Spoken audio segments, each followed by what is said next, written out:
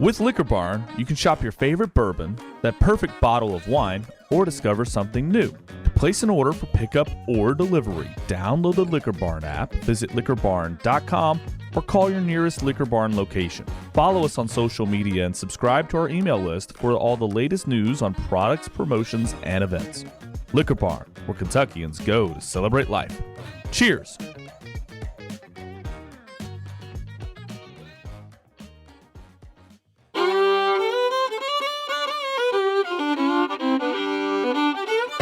Welcome to the Bourbon Life Podcast, your source for all things bourbon.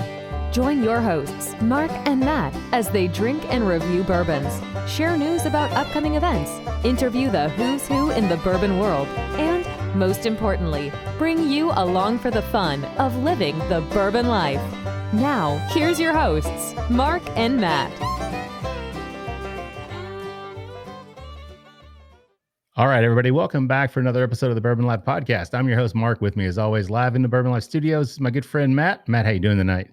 Good, Mark. Hey, slow down, man. Rushing through that intro there. Well, I'm trying to mix it up, and I'm not going to say anything about your toboggan. I'm not going to say anything about the weather. I'm just going to jump right in. Mark, right, I'm doing good, man. How are you? Oh, I'm doing really good today, man. It's, I'm going to talk about the weather. It's cold. Matt's wearing a toboggan. Go figure, right? So, yeah, what's up with this? Springtime in Kentucky, right? We go from 75 degrees down to 30 degrees. It just, you never know what you're going to get. Springtime in Siberia over here. I'm sorry you feel that way, Matt. I'm sorry. But hey, at least the crocuses and the That's tulips right. We got the flowers are coming out. It's springtime in Kentucky. We won't bore you all with the weather, though. Yeah, there you go, man. But I'm happy to be here tonight. I'm happy to be drinking, man. We got a great show lined up. I'm really excited. I do want to thank all of our sponsors. We really appreciate, of course, all their support. And with that said, Matt, you want to tell everybody who we have with us tonight?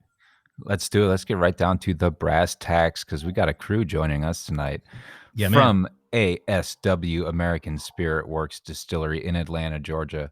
We've got Justin Manglitz, the master distiller, Whit Hagemann, the distiller, and Chad Ralston, the chief marketing officer. Gentlemen, welcome to the Bourbon Life Podcast. Howdy.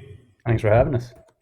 Yeah, happy to have you guys on here, man. This is going to be quite a show. This may be the biggest group of people we've had assembled on a remote recording session. Matt, what do you think? Yeah, I think this is it. It takes Atlanta to do it, but we got it. Yeah, man. We're excited. I'd just like to point out I'm also wearing a toboggan, although where I'm from, we call it a boggin because we're almost in Alabama, and we try to keep things to 2 syllables. Yeah, that sounds good. Hey, Justin, the bad thing is Matt calls it a beanie because he's from up north. He's from Michigan. So in his vernacular, it's a beanie. So me being from Kentucky, it's a toboggan. I agree with you. But yeah, you can drop Beanie's that. One of those collectibles, right? With What's all that? The little tag on it. The beanie is the collectible with the tag on it. It's a beanie baby. That's a beanie. Oh, beanie baby. Okay. Yeah. Okay. I mean, I'm almost from Canada, so I could just call it a So you're not wearing a rainbow cow right now. That's good. It's not a rainbow. Yeah. It's a toque. Matt's wearing a toque because he's almost from Canada, man. So we'll give him. It's like Michigan. Well, guys, it's the same thing. Yeah. Welcome to the show, man. We're happy to have you guys on here. So what we usually like to do is start out and tell everybody what we're going to be drinking in this first round. So if one of you guys, since it's your product, you guys made it. If you want to tell all of our listeners what we have poured up, what we're going to be enjoying this first round, whoever wants to do that, feel free to jump right in. Yeah, sure. So y'all are starting with Fiddler Soloist, which is a double pot distilled high malt bourbon. So a little bit outside of the goalposts, but not too far in left field. I like to experiment, and I'm a big fan of malt. So it's got actually 4 different varietals of malt in it. It's got rye malt, wheat malt, and several types of barley malt. It's 55% corn, and like I said, it's double pot distilled. But everything I do here is grain in fermentation and distillation. So what I do is kind of blend the Scottish technique of distillation with the American tradition of grain in fermentation and distillation. So little bit different, but it's one of my favorites. Basically, as a malt lover, I tried to make a bourbon that I really, really liked. Yeah. And I think I succeeded at doing that at least. Yeah. Okay. Well, that makes sense. And we said this 100 proof. Did you give it? Is there an age statement on this one? No. It's about 4 years old. It's about 4 years old. Yeah. Okay. All right. This batch was probably 2 53-gallon barrels and 2 30-gallon barrels. Oh, okay. All right. So different blend of different barrel sizes there. It does have it's got a really nice color on it, nice amber color. It's beautiful. Matt, what do you pick up on the nose on this one, man? The first thing I really got on the nose were some nice red fruits, like some plum coming across, a little bit of berry with it as well. It's like real rich red fruit coming through, like rich tree fruit, and it's got a nice roasty nose, kind of like a roasted malt type nose, like just a real inviting. It actually does have some nose. roasted malt in it. It has chocolate malt in it. So good sniffer you got there. Yeah, so it's about 2% chocolate rye malt. So not a chocolate barley malt. It's a chocolate rye malt from Germany. And that does give it a little note of roastiness or chocolatiness. Yeah. I can see, Matt, and you're talking about all the fruits, and it's almost like I pick up like almost like a little bit of a coffee note to it, like a coffee bean type of note. And I'm assuming that's, from the roasted grain. I'm assuming that's a similarity to a roasted bean. But that's kind of coming through to me. But yeah, Matt, those red fruits kind of pop out. Yeah, there's like a little citrus, maybe like some apricot or a little vanilla with it as well. Yeah. Maybe like touch of like peach or something. Maybe I'm just thinking that because we're drinking Georgia stuff here, a lot of people think of peaches when they think of Georgia, but our main agricultural produce is actually chickens. So as long as it doesn't smell like chickens. Yeah, man. I was going to say those chicken plants, man, if you've ever driven past a big old Purdue factory or what, God bless. Chickens. I'm fond of saying that if we could make whiskey out of chickens and traffic, then Georgia would be the number one producer in the world. Oh, damn. Yeah, no doubt. But man, this has got a really inviting. So I can't wait to get in on the palate on this one, because the nose on it is it's really interesting. But you said this is 55% corn. Is that right? Is that what you said? All right, and the rest of it is malted, just different things: rye, wheat, some barley, all sorts of different things mixed in on that, right? Yep. So yeah, it's got rye malt, it's got wheat malt, it's got Munich malt, which is a German, slightly biscuity, a little bit more kilning on the malt.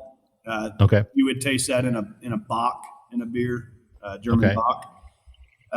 And it's got a little bit. I don't want to say it because it will get in your mind. It's got just a little bit of smoked malt, but it's not. It's a Beechwood smoked malt from Germany. It's just very subtle. It's not very much. It's really there just to give some nuance. Okay. I hope I don't want it to taste like smoke. It's just kind of a. Yeah, it's not that smoked peaty. Right. and then like I said, it's got a little bit of chocolate rye malt. Gotcha. Yeah, that's a neat combination, man. So is that just something you came up with on your own? I mean, or something you kind of played around with and thought, hey, this is going to be a good. I mean, because it's obviously a very unique mash bill. So yeah. I mean, I've been designing whiskeys for 20 years now. So and also making beer for many 20 years, Justin. So what, you started when you're like 10, 12 years old? What, man? I'm 40. I started actually it's been 22 years. I started when I was 18. I right after high school graduation, a friend of mine's dad had a PhD in horticulture, so he was pretty good on science, and he kind of gave me some very basic, rudiments of distillation, and he let me set up a still and a tack room in his horse barn.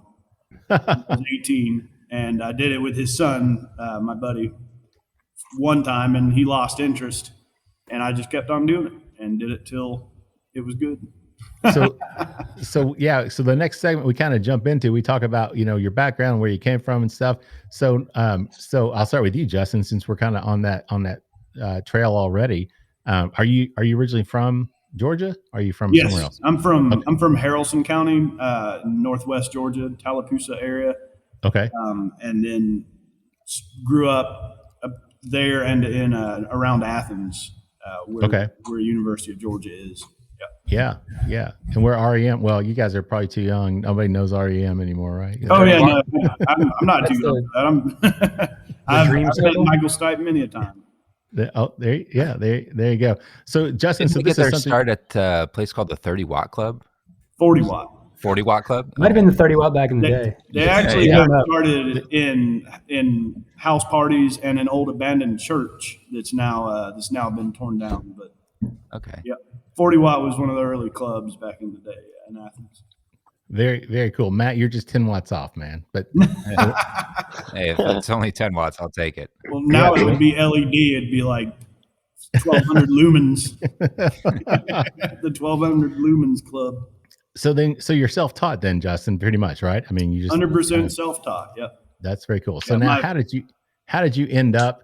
I've heard this story. I want to see if it's true. How did you end up there at ASW?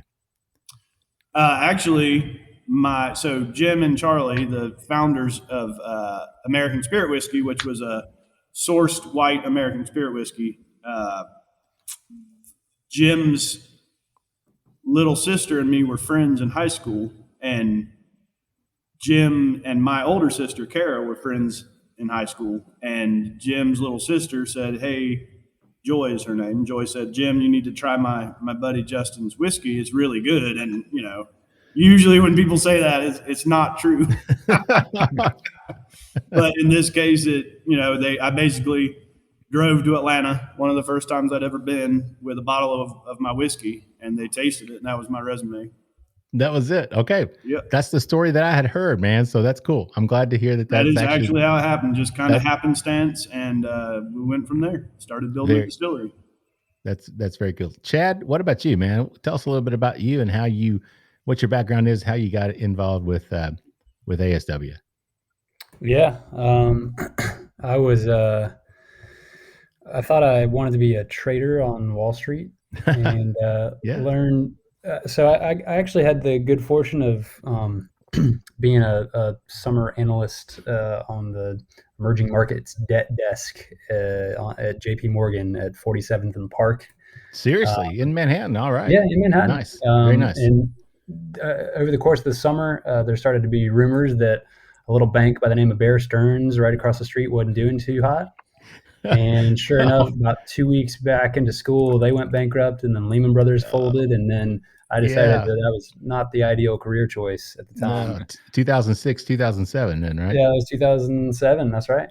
Yeah. So I ended up going to law school and practiced commercial real estate law for a couple of years in the height of the recession, which ended up being more workouts and loan restructurings than actual real estate law. So that was excruciatingly boring. And so from there, I decided to go to a software company in Midtown Atlanta and kind of caught the entrepreneurial bug while I was there and started trying to design software for craft breweries. And I just reached out to Jim Chastain, who Justin mentioned just a second ago, seeing if he might be interested in the concept. And he was. They just didn't have any money to pay for it. So they said, how about instead you come join us, and we're going to try to go raise some money and build out this distillery that you are now, well, you can see in Justin's little video square there. But so Justin and I joined them, and it took us about 3 or 4 months to go out and raise that money, Justin. I mean, it was predominantly their friends and family, but it was a fun, very high risk time. Yeah, I mean, that's really cool. Chad won't say it, but I make a lot of weird ass whiskeys. I mean, we have 20 brands, all just stuff I made up, or for the most part, stuff I made up. And that really has only been possible because Chad learned how to design and make labels which is not obviously his original job. And so if we'd been paying people to do that, we would have gone bankrupt pretty quick. So he's actually designed all our labels, Wow. computer and such. And Nice. that kind of allowed us the flexibility to make a lot of weird ass whiskey that I think is really good. And a lot of other people agree, I guess. Yeah, no doubt. Well, Chad, it's funny, Matt. I'm going to have to say it too because I'm a real estate attorney. Yeah, Matt knew that. Matt knew that was coming. So I've been practicing for about 27 years. So I'm always envious, especially of you young whippersnappers that make that decision to get out of it and do your thing, man. Because my goal, I got my MBA and my law degree at the same time, and my goal back in the early 90s was to go to Wall Street. Yep. And do mergers and acts. And then the recession hit, and unfortunately that did not work out. So I became a real estate attorney, and now I'm a podcaster about bourbon in the evenings. we took like the exact same trajectory to get to drinking bourbon on Tuesday night. Yeah, but hey, you followed your dream and did your thing, man. Whereas, for me, I've stuck it out for 27 years, probably about 25 years more than I should have. What do you do, commercial or residential or what? I do mostly residential work. I actually work for a title insurance company, so I'm an underwriter, and I predominantly do underwriting in the residential arena, but I am starting to venture a little bit into the commercial world. But residential has been my thing. I used to own a title company, but we're not going to talk about me. But anyway, it's just funny, man, the connections that I make and the attorneys that I talk to. So I always enjoy the fact that, especially when I get to meet someone who's younger, who is an attorney, and it's like, I hated it and I just got out of it and I'm pursuing my passion. So, kudos to you for making that decision, man. So that's really cool. So Whit, what about you, man? Yeah. Can you hear me all right? I've had to we got connection a little bit. Cool. Yeah, we got you. We can hear you. Awesome. Yeah. So for me, really, I got into whiskey the way a lot of people do, just kind of through their palate, exploring, tasting things. I worked in the coffee industry for 10 years or about a decade. And in the coffee industry, I started out just as a barista right out of high school. Later on, went to partner and make a coffee business with a friend, went on from there to like dive deep into the craft side of coffee, started getting into really the nerdy technical side of coffee, which a lot of people don't even know exists, but there's a real deep nerdy kind of area in coffee. I competed in barista competitions, the USBC, and like did everything there was to do in coffee. The end of my coffee career, I was managing and doing education for a coffee shop called East Pole, which is conveniently right down the street from ASW Distillery. And Jim and his wife, Kelly, Jim, the owner, founder of ASW, they would just come into East Pole all the time, started talking to him, became friends. They're like, hey, you should come hang out at the distillery sometime. So I started hanging out at the distillery, would come do like little bottling parties as some people would call them, but essentially it's just you come bottle a little bit of whiskey and take home a bottle with you. So I did that. We call it unpaid labor. Unpaid labor. Oh, that's awesome, man. Yeah, just started bottling and met Justin. Him and I became pretty good friends. Justin can tell you this the way he wants to tell you, but I'll say that, whenever I first met Justin, I liked whiskey and I knew a little bit about whiskey, but I didn't pretend like I knew anything about whiskey because I knew Justin knew a shit ton about whiskey. So I just asked Justin a lot of questions. And, I think that hunger and just drive to learn more about whiskey kind of helped in my favor. Justin, I didn't bug him too much either. So a lot of people can kind of bug Justin a little bit, but I wasn't one of those people. So it worked out. And now he taught me how to make whiskey. I've been there for about 3 years. So very cool, man. Yeah. The only person he's taught how to make whiskey on the stills that we've built, that he built up at the distillery. So super honored to be one of the people in on the secrets. Yeah, that's real. I just I saw a ton of potential in Whit and went whole hog on him, and he'll be a much better whiskey maker than me. Nah.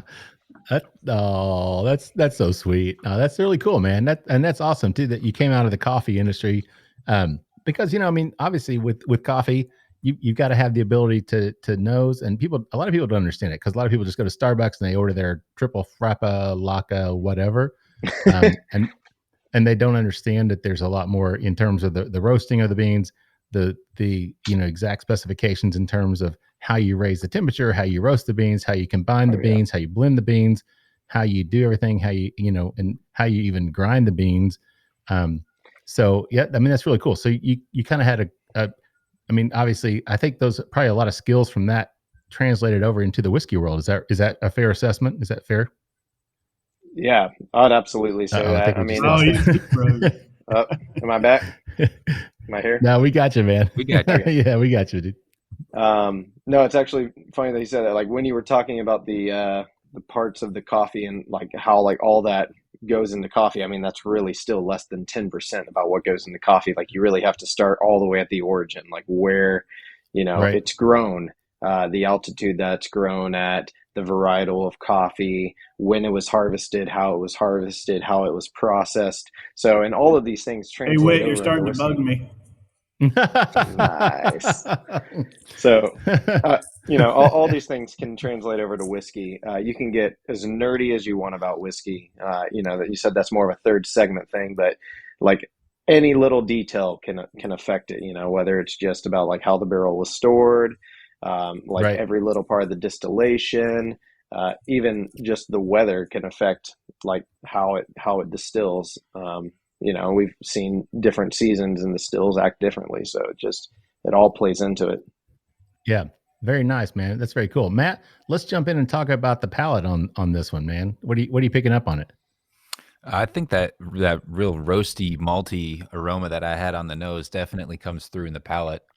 I get a lot of chocolate, a lot of coffee coming through on it, kind of a toffee, like darker kind of flavors. So like almost like a little bit of anise or like a black licorice coming through with it as well. And then I'm picking up some of the oak or some wood on it as well, and like a nice subtle sweetness near the end.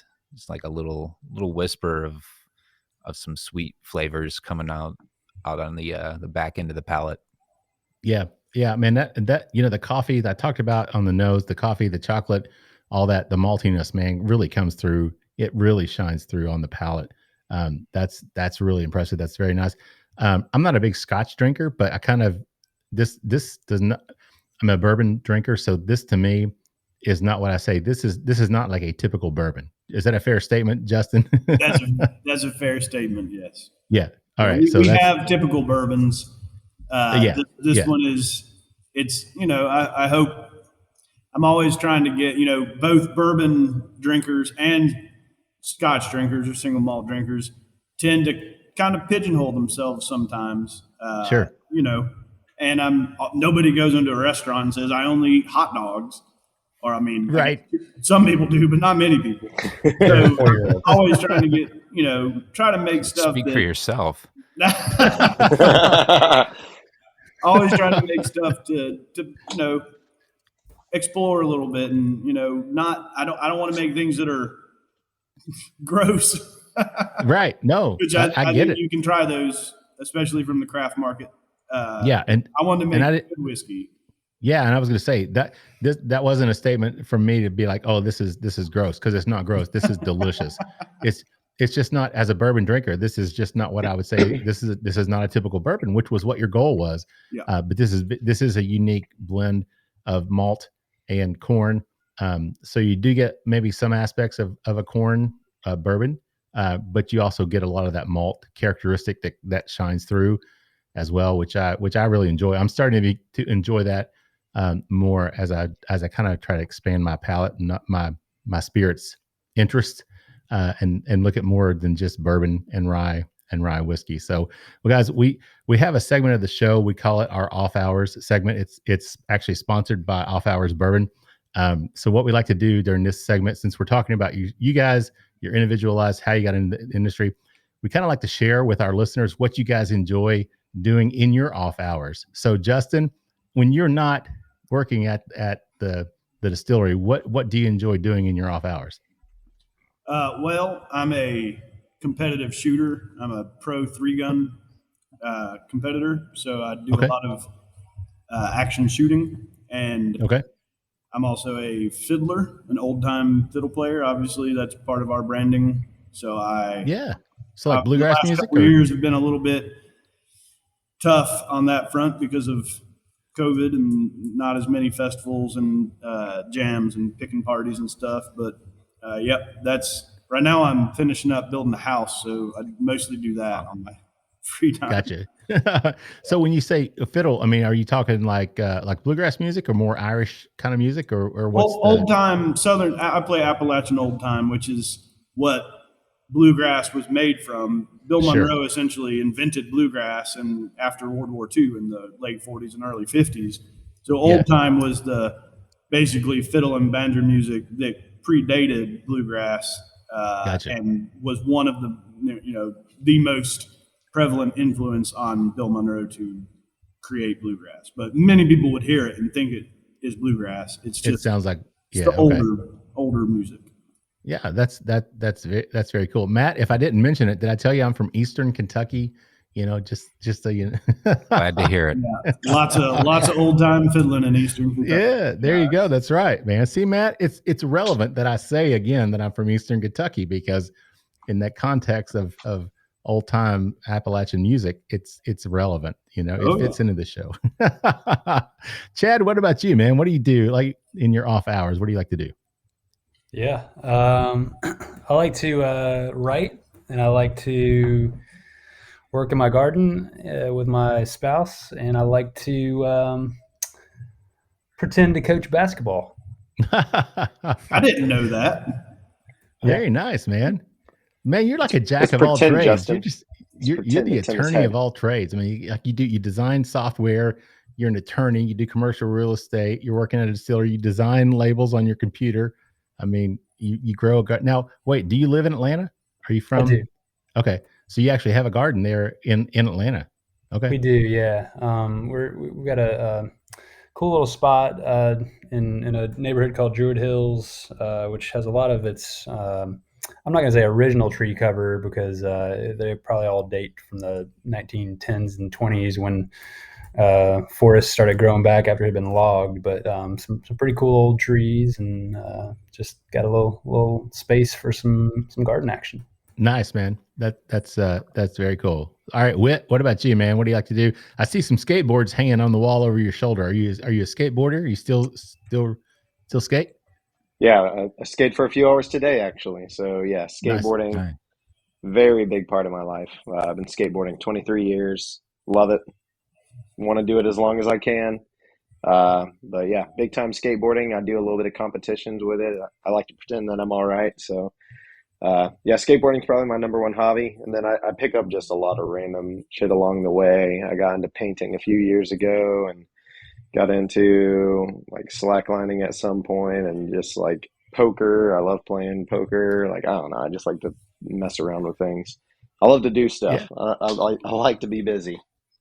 Yeah, very cool. So on the skateboarding, are you a street guy or are you a vert guy? You know the lingo. Yep. So I would consider myself more of a street skater. Yeah, rails, stairs, ledges. Yep. So you're the guy that the old ladies, all the Karens are like, don't you be doing that here on this property. They're just he mostly skates in parks because he's a big rule follower. Yeah. All right. I skate in the local skate park, so I'm trying to get back in the streets. I have a 7-year-old that skates with me too, so can't take him down to all the downtown Atlanta skate spots right now. But one day, I mean, he's getting a little bit older and a little bit tougher, so we'll probably hit the streets soon. But right now, so he'll be real sticking tough to the parks. Feels like he's the perfect age to get him into graffiti. Right. Yeah, there you go, man. Just take some spray paint with you while you're at it. Sure. Just grab a wall. So Justin, Chad, do you come in sometimes and Whit's like he's grinding on those rails coming down behind you there, Justin? He skates a little bit here. Yeah. I'm not allowed to do my hobby here. It would be a big problem for one of them. Oh man, that's awesome. Well, Matt, let's get some final thoughts, man, on this first pour that we had, the Fiddler Soloist. What do you think? I think in the best possible way, you summed it up really well, Mark, that this is a bourbon that tastes like no other bourbon I've had before. Yeah. And I really, really enjoy it. It's just so interesting, being from Kentucky, when we hear bourbon, what I think I'm going to be drinking and seeing this spin on it. This is really eye-opening. I really, really enjoy it. Yeah, I agree with that, Justin. Great job. And I'm gonna kind of throw this out there. I don't know if you know Alan Bishop over at Spirits of French Lick, or if you've heard of him up in Southern Indiana. But Alan kind of does his own thing. He Matt, he had like a kasha grain. He's done oatmeal. I mean, he has done like just a plethora of different grains, and just, does his own thing, what he likes, what he thinks. And it always tastes good. I mean, it always tastes really good. So kudos to you, Justin. I have heard of him. One of our buddies who does some photography work for us is from Southern Indiana, and he's a huge fan and has brought some whiskey down, and he's definitely also doing some very cool stuff. Yeah. Yeah. Well, yeah. So talking to you, because we've had Alan on the show twice, believe it or not. He was one of our first guests, and we actually brought him back on not too long ago. But very similar in the style, the technique, you're shaking your head, Matt. So you agree with that? Yeah, assessment. it's like one of the first things that kind of gleamed from our show so far tonight was like, I'm speaking to Alan Bishop's cousin or something. Yeah, which is before Prohibition kind of standardized whiskey, there was a lot more whiskey distilleries in America, and a lot more small whiskey distilleries in America, and a lot more whiskey makers in America. And right. It was just a lot. It was diverse and individual, and it wasn't as, homogenous and standardized. And, same in other countries as well. And I just want to push stuff to be less standardized and less homogenous. Yeah, that's very cool. That's Alan's principal philosophy as well. Very, very similar, man. So that's really cool. I love to hear that. So guys, we're at the end of round one. Let's take a quick break, get a word from our sponsors, and we'll come back with more with the guys from ASW Distillery in just a minute. Three Chord's line of whiskeys embody the spirit of creativity. The whiskey is a true collaboration between producer and composer Neil Giraldo and master blender distiller Ari Sussman. The Three Chord team of expert blenders, coopers, and sensory professionals have developed a multi-step process they call Perfectly Tuned Taste. This process begins by carefully selecting the finest bourbon and rye whiskeys from Kentucky, Tennessee, and Indiana, and then blending them together. Find out more about the whiskeys and distribution in your area at www.threechordbourbon.com. Spirits of French Lick crafts their spirits using only the finest agricultural product that has defined character, following their motto, respect the grain. They lead the way in representing the quality of the Hoosier artisan distilling process while paying tribute to its inseparable past. By implementing best practices from those early times, combined with modern touches, Spirits of French Lick has created a truly unique place in the industry. Spirits of French Lick products are distributed throughout Indiana, Kentucky, and Missouri, and can also be purchased online through Sealbox at sealbox.com. Visit spiritsofFrenchlick.com to learn more information, and make sure to follow them on Facebook and Instagram. All right, everybody, welcome back to round, session, period, whatever you want to call it. Number 2 of the Bourbon Life Podcast. I'm your host, Mark. I'm slowing it down on this segment. Matt? I appreciate that, Mark. You were just I guess you were so excited. That's why. I was really excited to get the show underway, man, because I've heard a lot of great things about this distillery, and was just really eager to jump in and get our listeners ready, man, so they could hear. I was trying to get everybody pumped up. That's what I'm here for, Matt, to pump you up. That's right, man. Thanks, Arnold. Yeah. We appreciate that. Thank you very much. Yeah. So tell everybody who we have with us tonight. Absolutely. This was a show I was super wicked excited to get into as well. Super wicked. Who are you, man? I mean, what's right. this? Adam Sandler. There you go. Super wicked, man. Yeah. That's right. We got the crew from ASW Distillery, Justin, Whit, and Chad, and they came back for round or session number 2. And I just realized, Mark, we are actually outnumbered on our show. I know. Yeah. Yeah. That's right. We're outnumbered by our guests. That's a great problem to have, man. So it really is. But once again, that's just going to give us more credibility and actually like some factuality to the show here. It's not just you and I. So That means we don't have to talk as much, right? yeah, that's right. That's right. But anyways, guys, what do we have poured up here on our second round? So that product is Fiddler Georgia Heartwood, another of our Fiddler series. And that is sourced high wheat MGP liquid. Okay. And then what I do is going to take me a few minutes to explain. Take your time, man. So me and my dad harvest white oak trees, and we section them out into 2-foot logs, and we split off the sapwood, and then we slab the heartwood out. You don't want sapwood in whiskey, touching whiskey ever. So we slab out the heartwood and sticker it and age it on my farm and in the sun and the rain, and that leaches out tannins and concentrates the flavors. And then I used to saw it into staves and then char it. Now I actually have someone else saw it into staves and char it because it got too big for just me to do it. I still split every piece in half in order to put it in the bunghole of the barrel. So each one of these barrels has generally between 20 and 30 staves of my personally selected and harvested white oak in it, from Georgia white oak, obviously. Usually for 8 to 12 weeks, sometimes a little longer. Most of these are done as single barrel store picks at cast strength, true cast strength, whatever it comes out of the barrel at. And so the Fiddler line was conceived of by Jim Chastain, one of our founders, to basically be a line of bourbons that I would just kind of fiddle with, right? Because I'm a fiddler. That makes sense. I love that. And there's been different iterations of it. Some of them sourced or partly sourced, like Unison, which is basically a mingling of the juice that's in that and the juice that was in the Soloist.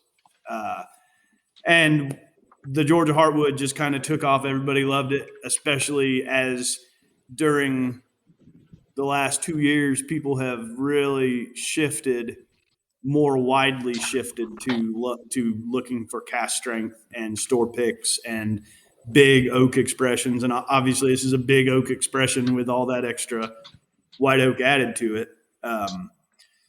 So it's been, it's really grown exponentially as far as a project, and is actually one of our biggest sellers. Okay. There's so much stuff I need to unpack there. All right. First of all, the bottle that we've got, it's 115.4 proof. So that's MGP base. That's what you sourced it from MGP. Do you know what the age on that is?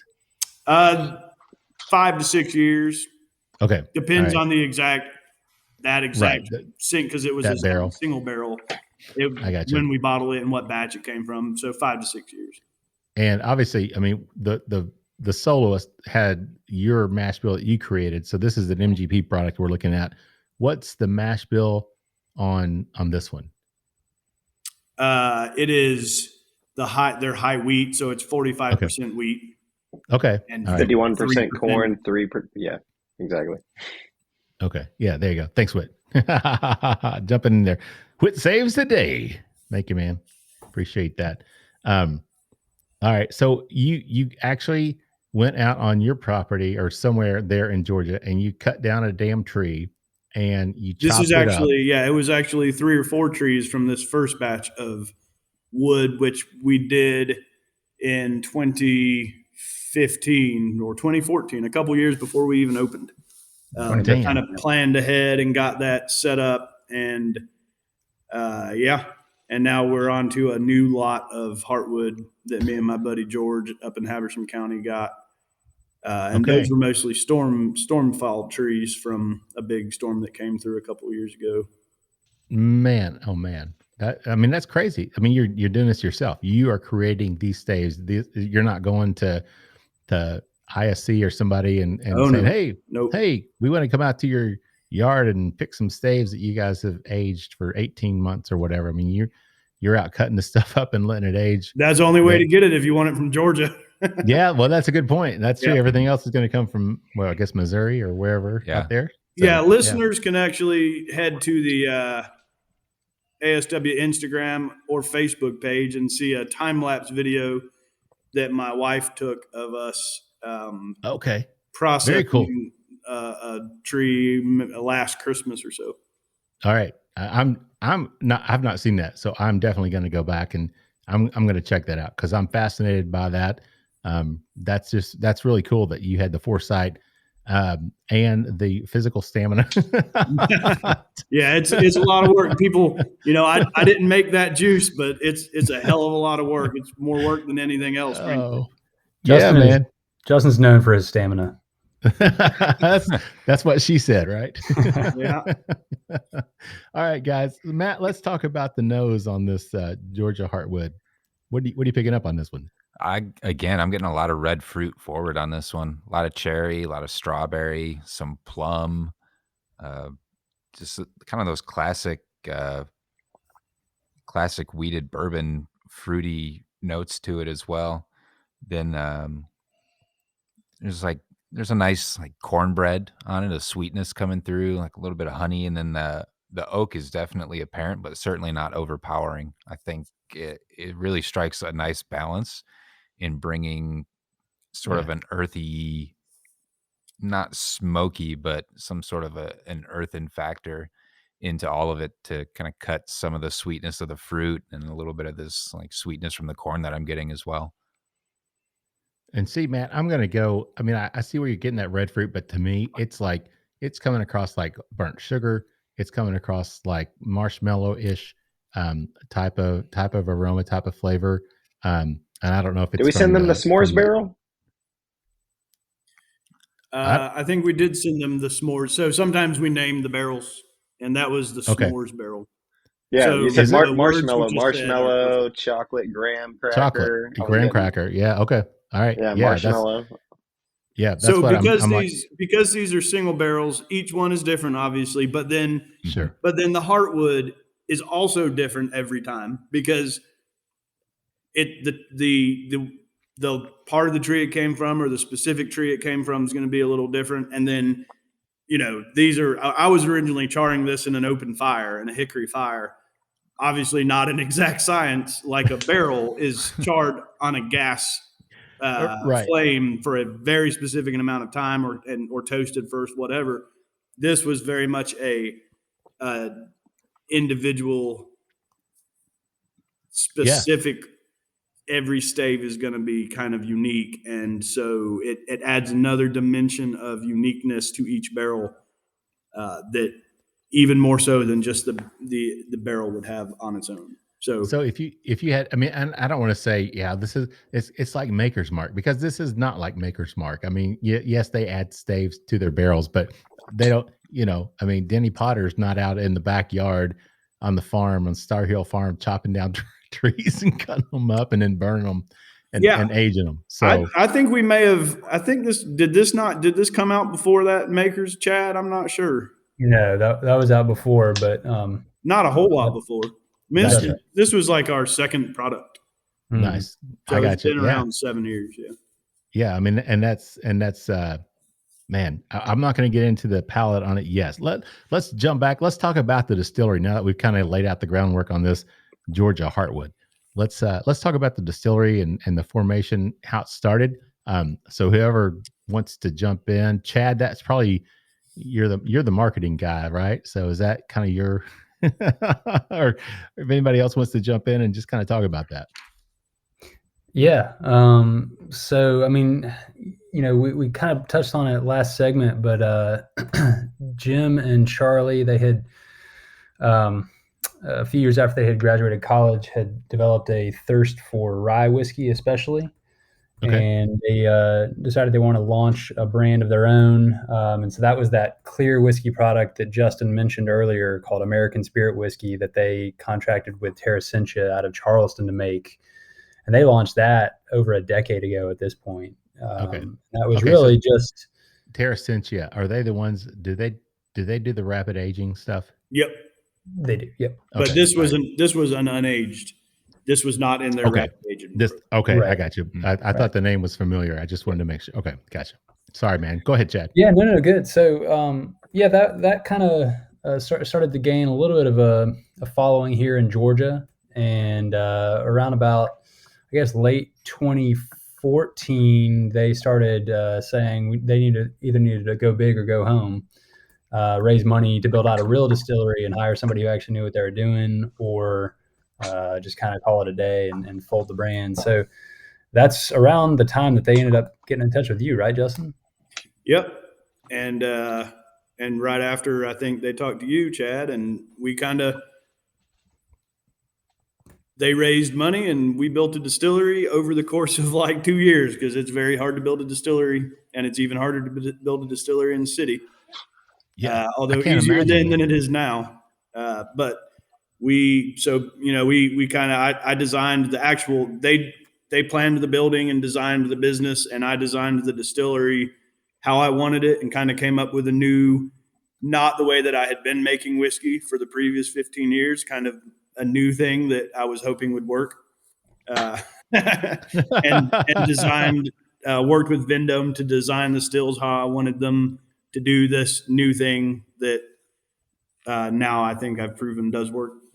Sure. Yeah. And then Chad started building the brands and the marketing. And that seems like more than 7 years ago.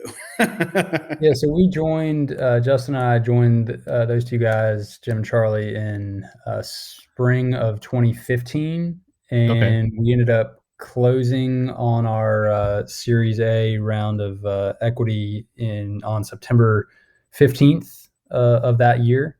And then I got married on September 19th of that year. And then we started to distill on spring of the next year. So it was actually a pretty quick turnaround. Fortunately, they had the foresight to call Vendome and convince them that they could definitely afford the stills a couple of years before the capital raise closed. So we didn't really have to endure the 2+ year lead time for those stills to arrive. It was just a couple months. I was enduring it during that time. That's right. Justin had his own personal still there from the house, and oh man. So I'm just curious with Jim and Charlie. I mean, they went to friends and family, right? That's what you said earlier. Pretty much, kind of raise the money to do this. I mean, where people are like, "No, you're just freaking nuts to try to build a distillery in Atlanta." Almost the exact opposite. Really? And Okay. I should actually clarify, it was a friends, not family raise. Okay.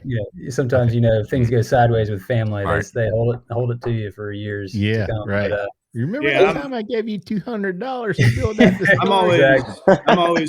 I'm always complaining that they raised the money too fast. They should have asked more. Yeah. So they, that Clear Whiskey brand, although it was not like Clear Whiskey was suddenly taken off or anything, but that had given sort of a blueprint of what could be. And then that, coupled with Justin, what we call his liquid resume, stuff that he had made. I mean, that pretty much sold people. They saw the vision, and we already had the building a lease on this really good space right across from one of the big breweries here in town. And I think people just really saw everything coming together pretty swimmingly. Yeah. That's really cool, man. That's awesome. Kudos to you guys for, getting involved with that and seeing it through to where you are now, man. That's exceptional. So on the Series A, was that, Chad, were you involved in that on the legal aspect of that? I tried not to be, but yes, I was. They call him second chair attorney or something like that. Yeah, there you go. Yeah, you're like Al Pacino. It's like, just when I think I'm out, they pull me back in. That's right. Exactly right. Oh man. All right. So Justin, let's talk about the still. You've talked about the distillery. You've alluded to that a little bit with Vendome. So let's talk about what you have there, what you're using, because you guys you're pot distilling. So can you talk about what this contraption is that you had Vendome put together for you guys? Absolutely. Yeah. So the way that I fairly quickly came to prefer to make whiskey 20 years ago, 19 years ago, after I had gotten past my Ace hardware still, was in the Scottish method. So I was making all grain beer, essentially all grain wort, and fermenting it and distilling that in 2 pot stills from wash, so with not mash. So in Scotland, everything is distilled from just liquid. So like a brewery separates the wort, the sugar water, essentially from the solid material of the malt to produce a wash. That didn't work so well in the American tradition, developed because the grains, when the original whiskey makers started making whiskey in America 400 years ago, the grains they were using, maize, corn, rye, they're huskless and they don't lend themselves to producing wash. So American whiskey makers started making whiskey from a mash with the grain in solution during the fermentation and distillation. Okay. In Scotland, they think that's crazy because that's not how they've done it. They say that their traditional double pot distillation in alembic stills produces more flavorful whiskey. And they are right. A double distilled whiskey from a traditional still does produce more flavorful whiskey. Yep. Whereas an American distiller might say, yes, but our grains are in solution during the entire fermentation and the distillation process when heat is being applied to it. And that pulls more flavor from the grain. So we make more flavorful whiskey. So I just kind of combined those two concepts. I was already distilling in the Scottish tradition. It's pretty hard to distill from mash without scorching, unless you have things like a steam pan and an agitator. So I basically had Vendome build me stills that were Scotland from the top up. Okay. From the middle up to the top, and then America from the middle to the bottom of the still. Gotcha. So basically they're heated by steam at the bottom in a pan with an agitator, a very fast agitator that keeps that mash moving so it doesn't burn on the bottom of the still. But then once the vapor rises off of the still, they're going through traditionally shaped Scottish style heads. So like my wash still is the head is patterned after Glenfarclas, one of my favorite whiskeys, and the spirit still is patterned after Glenmorangie, another one of my favorite whiskeys. So, gotcha. I basically combined the two traditions to pull as much flavor as possible, and I could go more into detail of what that allows me to do. Essentially, I can when I take cuts on the spirit still, in order to make a spirit that is potable in a that tastes good pretty quickly, you want to take a fairly narrow cut that doesn't have a ton of heads or tails in it, which would require longer aging. Yeah. When you do that, most of the flavor in the whiskey is in the margins between the heads and the hearts and the tails. So when you take a tighter cut, you'll lose a lot of flavor. Well, leaving the grains in solution means that there's more flavor in those hearts to start with. So I can make a relatively conservative cut on my hearts and still have a ton of flavor from the mash. And in using grains that have a lot of flavor, i.e. not corn, I can get even more flavor into those hearts. Gotcha. And obviously, we do put everything into new barrels here generally because this is America and that's what we do, and that's mostly what we're required to do. And that also facilitates. That actually lets me widen my cuts out a little bit because that new barrel is going to clean up the spirit a little bit faster, much faster than a used barrel would. Yeah, that's cool. So you're coming off the still. I mean, do you have a range? Is there a set temperature when you're coming off the still that you look for in terms of proof? I mean, not temperature, but I mean proof wise. Proof. Okay. Yeah. Well, I do pretty much everything by sensory evaluation, so smell and taste. But generally everything I distill is between 133 and 135. Okay, I gotcha. The amalgamated hearts are between 133 and 135 generally. So, but now are you doing a double distillation on this? Okay, yes. So you are. So you're distilling the beer to 25 to 30% first, wines, and then right, and then running the low wines and the previous day's faints through the spirit still a second time, and take a nice slow distillation, taking my cuts and saving my the good portion of the heads and tails to redistill on the next day. Yeah. Just so our guests our listeners, just so our guests understand, so our listeners, just can you kind of explain that? Because we've never really talked about that, I don't think, on our show, Matt. Have we? Double distillation? We've touched on it, but we've never gone into like the explanations and the science behind it, and the why and the how. Yeah. Can you Justin, can you kind of touch on that and just explain what that, when you say double distillation, how that process kind of works? Yeah, absolutely. So really there's two basic types of distillation: batch distillation and continuous distillation. And in continuous distillation, that would be what you would do in a column still with a doubler or thumper in Kentucky.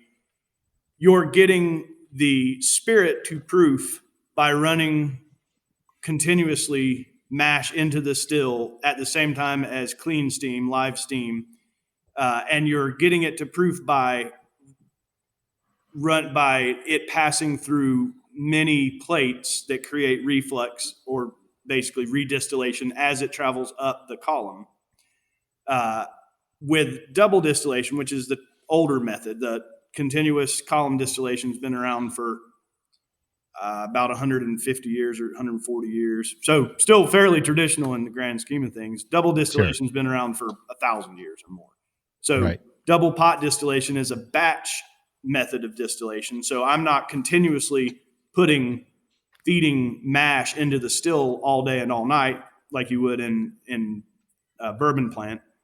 I'm putting 500 gallons of mash in the wash still, or the mash still, and distilling all of the low wines, which is what the mixture of water and ethanol and flavor that comes off of that mash, that is distilled from that mash, is called low wines. Yeah. So I'm taking that mash and distilling everything I can from it as fast and hard as I can, because I'm trying to get as much flavor as possible. And then those low wines, as you said, they're generally about 30% alcohol, the remainder being water and obviously lots of flavor, good and bad flavor. And the purpose of the second distillation is to separate the good and the bad flavors, and the good and the bad alcohols, and the good and the bad congeners, and the good and the bad fatty acids and everything else, to get the product that you want. So in the second distillation, rather than a hard, fast distillation where I'm just beating the hell out of the mash to get everything I can, I'm running the second distillation as slow as possible. Okay. And as possible, I mean, based on, efficiency and me not being here for 18 hours a day, in order to, I guess, make it easier to separate out the different flavors that I'm trying to pull from the spirit. Sure. So if you distilled it really fast, everything would kind of blend together again, and it'd be hard to take cuts. So by slowing it down, you make it's like a rainbow. If you look at a rainbow, where the colors touch, where the red and the yellow touch, it doesn't go straight from red to yellow. It bleeds into it, right? There's orange, there's shades of orange in between. And that's how each second of the distillation is. It's a constantly changing spirit that's coming off the still, and the art is in deciding what to keep and what to recycle. And I'm glad you said that in terms of art, because with a column still, a lot of that's mechanical, it's operational, it's computerized. You're not at the still really smelling and using your senses to pick that up. But with a pot still, it sounds like you're kind of you're kind of at that point still where you're making those decisions based off of what your sensory wise. Is that true? Absolutely. Yeah. There's no, I do not allow computers anywhere near my still. I hate robots. I fear them. I've seen enough movies, right? They take over the world. I mean, eventually they're going to take over the world and our bourbon. So that's right. My stills are basically run by steam valves and ball valves where I redirect spirit, and Whit also redirects spirit, and he's also now doing the sensory evaluation and making the cuts. Very nice. So everything is still very much hands-on, hands crafted. And people think that's how it's done in Scotland still. That is not true. Scotland has now figured out, because they're making the same thing every day, all year, essentially, most of them. They have also mechanized their production just with pot stills instead of column stills. So I gotcha. It took them a little longer to do it, but they're not really that different. And the thing about whiskey making is it doesn't, whether it's me or Scotland or bourbon, it's still really crafty. Like the biggest plant in Kentucky is still very handcrafted. It's still people in there doing it, people making the barrels. Right. It's a very handcrafted product, honestly, whoever's making it in whatever kind of still. Column stills are not brand new. Like I said, they've been around a long time and they make good whiskey. It's different whiskey. It tastes different. It ages different. It analyzes different if you put it in a mass spectrometer. So I'm not trying to say my whiskey is the only way to make it or it's better. It's just a different way to make whiskey, a slightly older way to make whiskey. Have y'all ever seen the documentary Jiro Dreams of Sushi? Yes. No, I have not. So it is really good. I highly recommend it. But it is this master sushi maker in a Tokyo subway, and ultimately the sushi that he puts on a plate can't be a mechanized sushi, in the sense that, like, if he just put a fish in there and there was a machine that chopped it up the exact same way every time, he's going to be giving people an inferior sushi quality, because some fish, there's a little fattier midsection, so he really wants to take it from there, versus maybe he goes a little higher towards the head on another fish. Kind of like with Justin, I mean, sometimes the grains are milled a little more finely, sometimes they're milled a little more coarsely, and in the course of fermentation and distillation, it's leading to slightly different profile of that spirit coming off the still, where Justin and Whit, having involvement on it leads to the optimal spirit going into a barrel every time. Gotcha. No, that makes perfect sense, Mo. I mean, that's a great analogy. Chad brings up a real good a real good point with that. I mean, like every mash we make, no worries. I was just going to say, every mash that we make might ferment for just a few days, and one mash might have a few more hours of fermentation. It might be a little bit different. The temperatures might be slightly different. Like everything could be slightly different, and the only way to get more consistency or be able to translate that into spirit accurately is to be hands-on with it. We'll have some things that distill very predictably, and then some mashes that distill completely unpredictably. So you just have to be there with it and see what's happening. Gotcha. So Whit, I'm going to ask you this question because I've heard stories about what the heads can smell like versus what the tails can smell like, and when people make the cuts. I've heard references on the tails to cheesy, sweaty, nasty. Is that an accurate description, Whit? Yeah, so I would say the tails, you're definitely going to get more of those earth tones, and some really funky tails. You can get some aggressive earth tones that can sometimes hit the body odor or whatever. And then, the heads obviously are going to smell more like window cleaners. Like solvent. Like bathroom cleaners, solvents. Yeah. So acetones, but that sort of thing. At the same time, it's important to recognize what happens once the whiskey hits the barrel. The heads, the congeners, the fusels, and the heads take a lot longer to break down. Okay. So you can have more tails in whiskey, and they will break down into okay flavors much more quickly and more easily Okay. than the heads solvents. So that's one reason that when you're running a column still, you actually can't take a heads cut because it's continuous. The heads are Right. always flowing through the plate because they're lower boilers. They're always flowing through the plate you're taking your cut from. Bourbon always has all the heads in it. That's why it goes into a new charred oak barrel, because the char actually acts as filtration and cleans up those heads and helps break it down. If you analyze bourbon, it has a lot more heads congeners and very few tails congeners, because the tails are staying further down in the column than the plate that you're taking the hearts from. Whereas if you analyze a Scottish single malt whiskey, it's going to have very few heads, because they hate heads in Scotland because they're putting it in a used barrel. There's not a lot of char there to clean up those heads. Okay. But it'll have lots of tails congeners because those things do break down more readily. And they frankly, they like the meaty, sulfury, funky, mushroomy.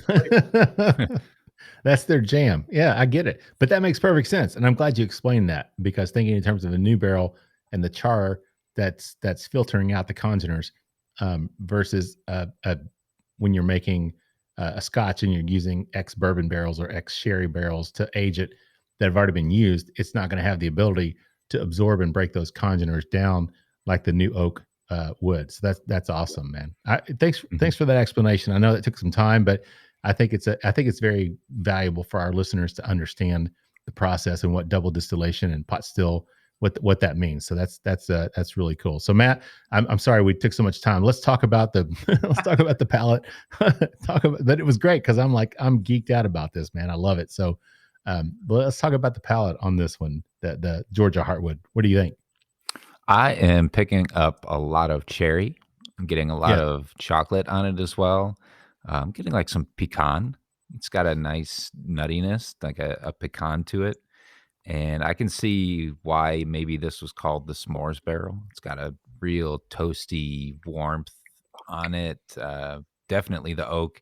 The addition of the Georgia Heartwood on that makes it really, really nice. It's not at all tannic on the palate, not drying, not cloyingly tannic at all, but brings a nice amount of the wood to it. Good earthy flavors, nice toasted, charred smokiness to it. Just really, really pleasant, really, really great. Yeah, I agree with that, Matt. I mean, I think on the palate, I mean, it's very mouth-filling. There's no question about it. It's just, I love it. I know this was MGP, and I'm assuming MGP does column stills, but still, what the aging, the extra wood, everything, it still gives a nice warming, mouth-filling texture to it, which I really enjoyed. The finish on this one, I would say, is a very long finish. I'm getting a lot of complexity in that finish as well, which is really nice. There's a lot of different flavors that keep coming back, and it even after a minute, I take a drink and sit here and talk, and I can still pick up those flavors that I got on the nose, and it's consistent with the nose as well, like you said, Matt. That the marshmallowy, toasty type of sensations, those flavors come through as well. So yeah, I would say this is a very good to outstanding bourbon. I mean, there's no doubt about it. A little more normal than old Fiddler Soloist.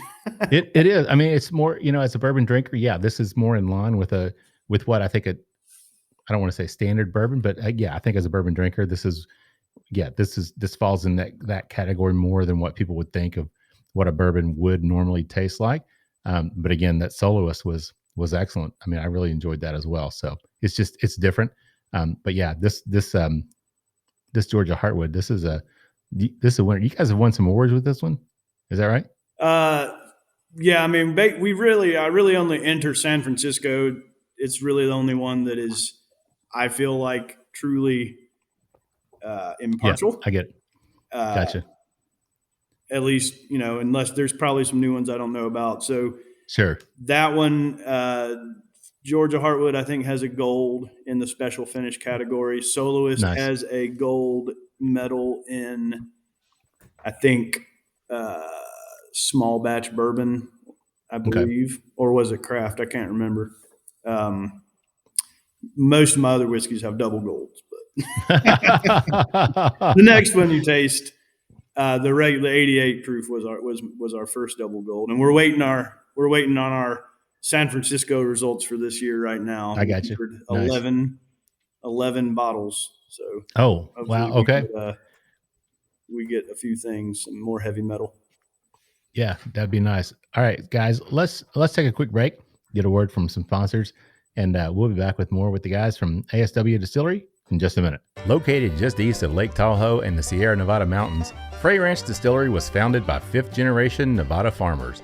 Our grain-to-glass bourbon is made using a 4-grain mash bill, including a non-GMO corn, rye, wheat, and barley, all of which is 100% sustainably grown on the 1,500-acre Frey Ranch. And our commitment to excellence shows with a recent gold medal win at the 2020 Whiskies of the World and USA Spirits competitions. Find out more at www.freyranch.com. The Stave Restaurant is a bourbon lover's paradise right here in the heart of bourbon country.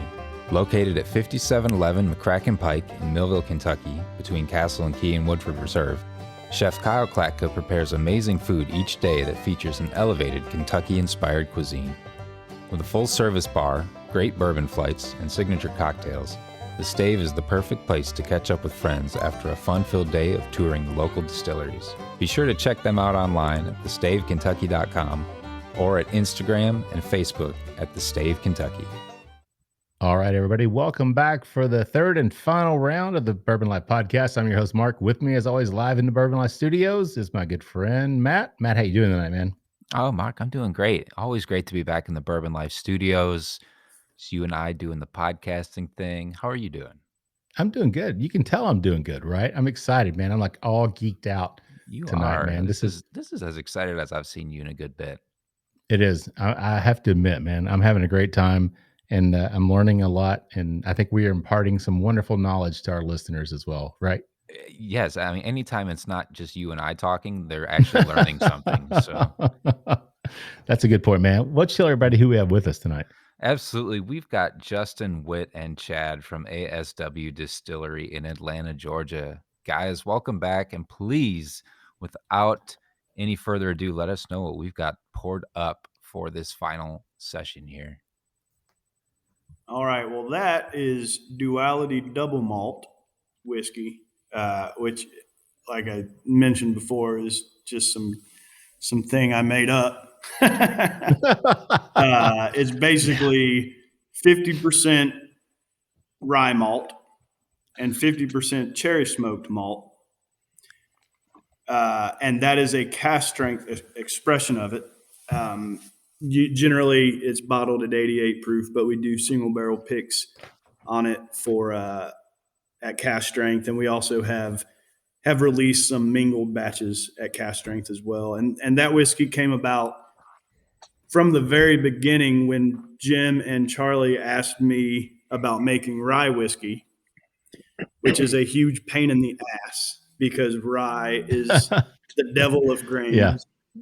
Yeah. And I said, I was familiar. One of my favorite whiskeys for many years has been Anchor, what used to be Anchor Distilling's Old Protrero rye malt whiskey. And I said, well, why don't we make a rye malt whiskey instead of a rye whiskey? It'll be a lot better. And what I meant was easier. But also the malting process really smooths out the rye, takes some of the sharp edges off, makes it more complex, more vinous, and also easier. And at the same time as when I did a test batch of that, I did not have enough rye malt to use at 100%. And that is the Resurgence is our rye whiskey, Resurgence rye. That's a 100% rye malt whiskey. Oh, okay. And so I used about 33% barley malt, not cherry smoked, and said, well, this is basically a double malt instead of a single malt. In Scotland, double malt means it comes from two single malt. It's a blend of two single malts.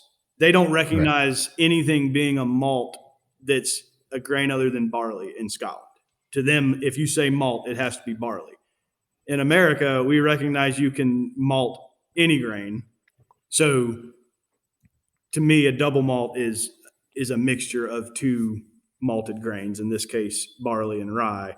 And I started using the cherry smoked malt because it's really good. It's very expensive, but it's very good, and it's not real smoky. It's fairly smoky to start with, but as it ages, it loses most of its smoke and kind of settles down into a pretty strong cherry flavor. Okay. And usually with a little edge of smoke left to it, but not a ton.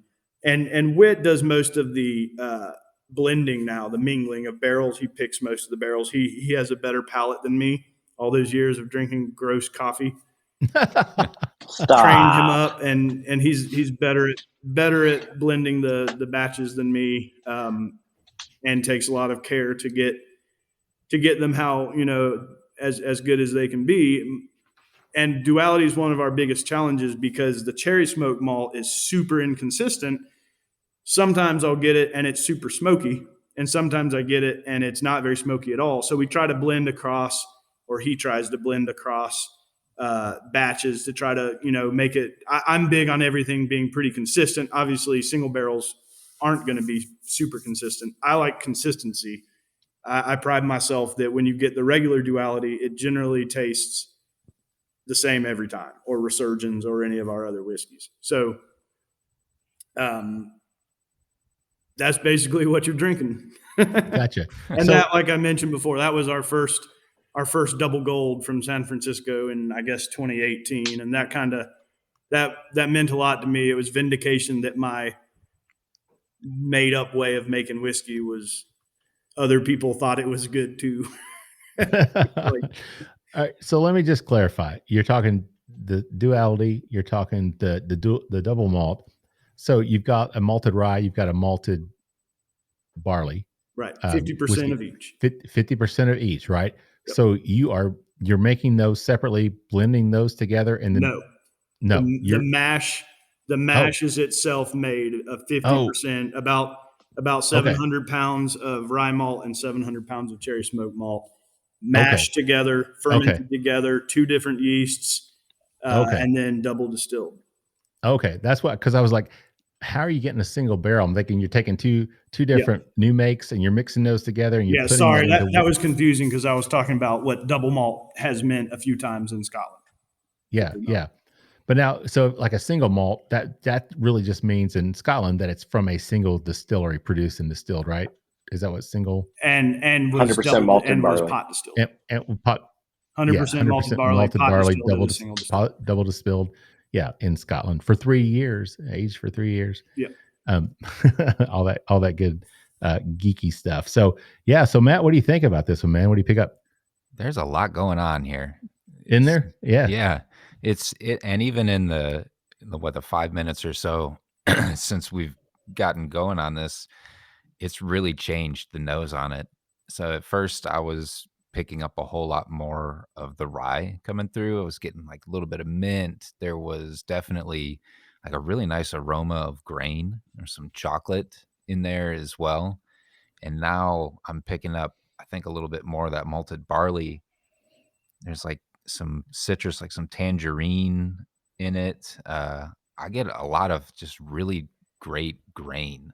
Like the aroma of it takes me back to kind of like my childhood, hanging out on my grandfather's farm and just like smelling fresh grain and fresh hay and just really, really, really great aromas like that. But then it just like keeps changing. That rye comes through and there's more of like that zesty, bright rye flavor.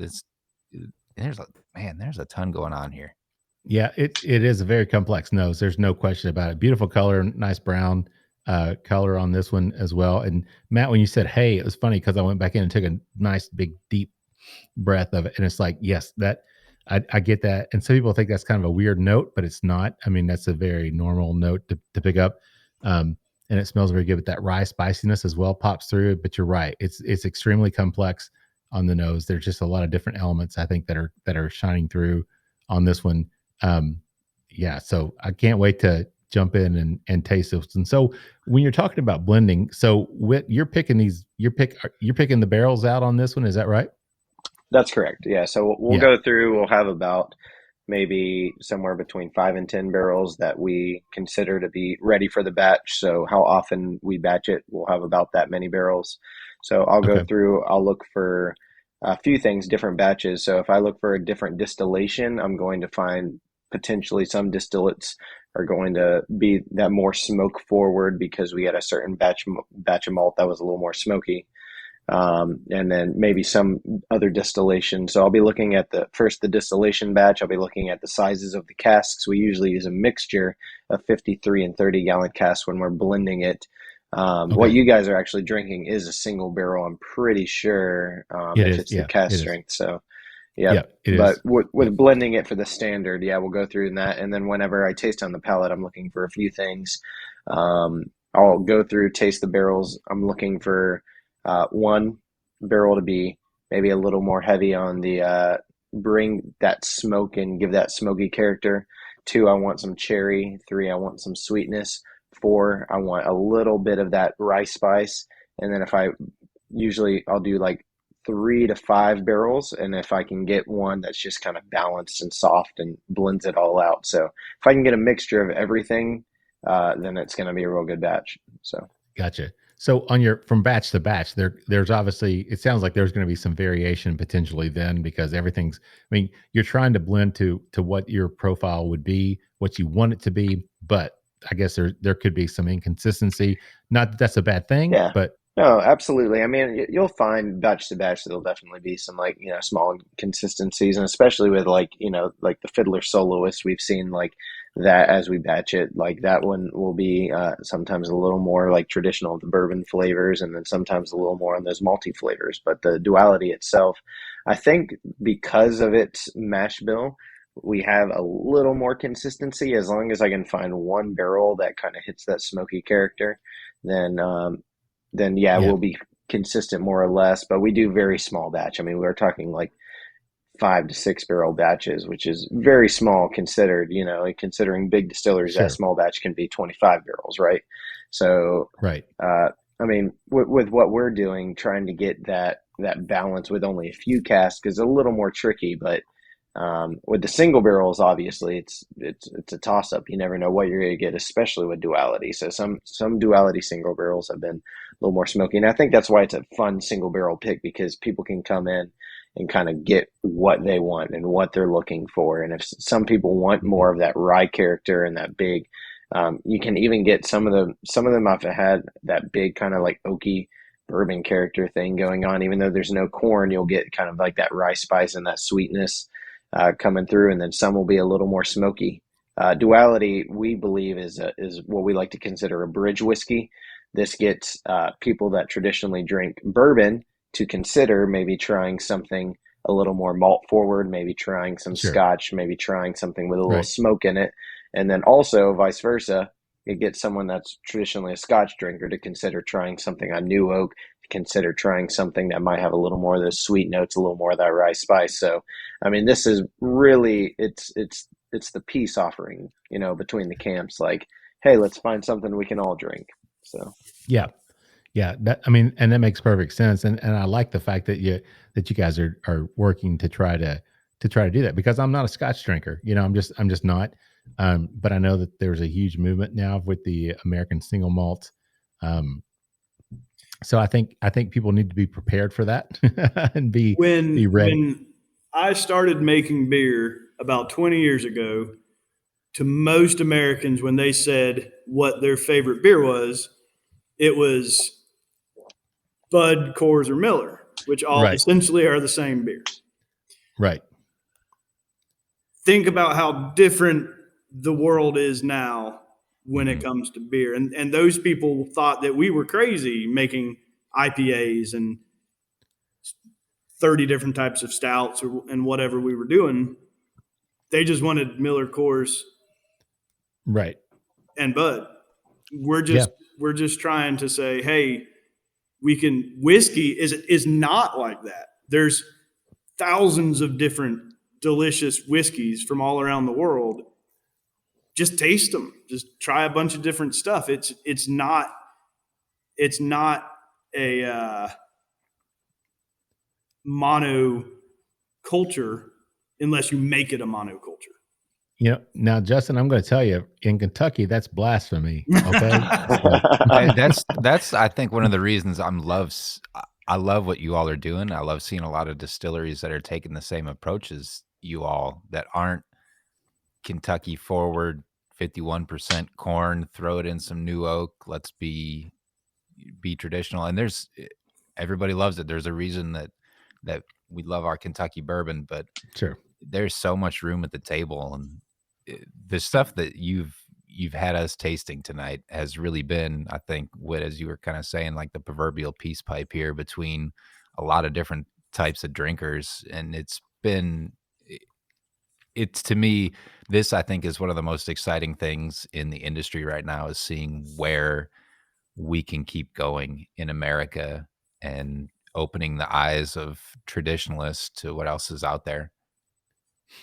Yeah, I would agree with that, Matt. That's a great statement. I mean, it's just, I'm trying to expand my palate. I'm trying to be open to new things. And this is definitely one of those things where, it's different. Obviously the first one that we had, the Soloist, was different. Like I said, it's not your standard bourbon. It has a lot of different characteristics that aren't necessarily just specifically bourbon. So it was good, but it was really good. It is legally bourbon. Well, okay, yeah, I'm sorry. I'm sorry. Which is so crazy. Yeah, it is legally bourbon because it meets the definition and the standards, but it's not when you say bourbon, it's not what most people consider or think of when you say bourbon. So it's eye-opening, to be able to have this experience, to taste these things that you're making, and it's a lot of fun. So when you guys are going into the barrel, what is there a standard proof? Because you said you're coming off the still, at least we were talking, Justin, around 130, 135, I think you said.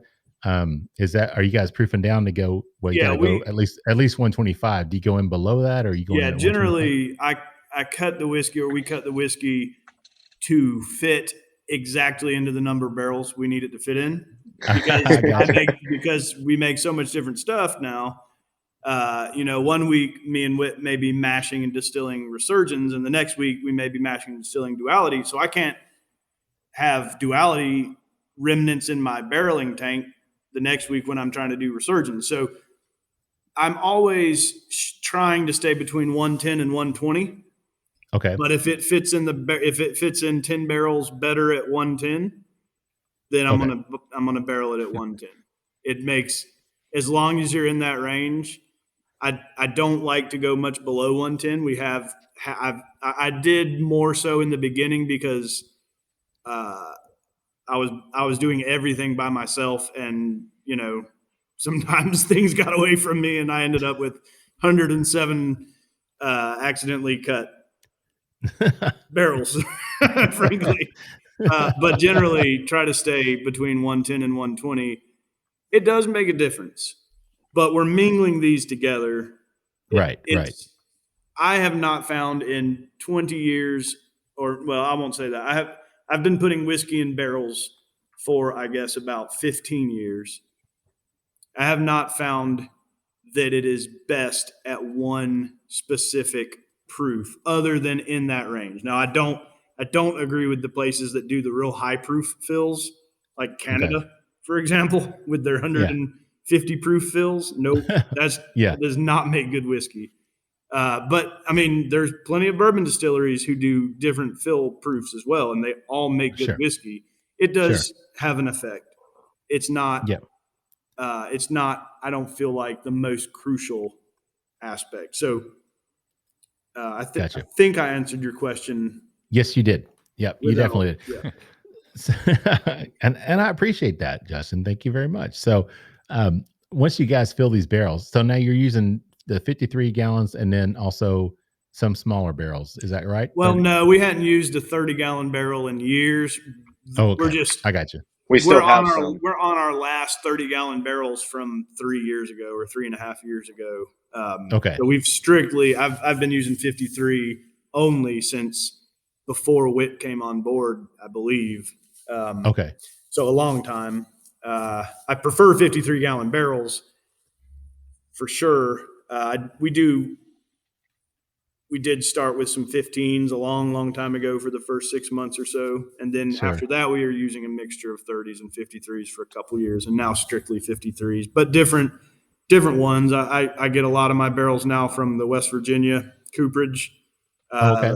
Right. Big fans of their barrels. They're toasted before charring, which I think makes a huge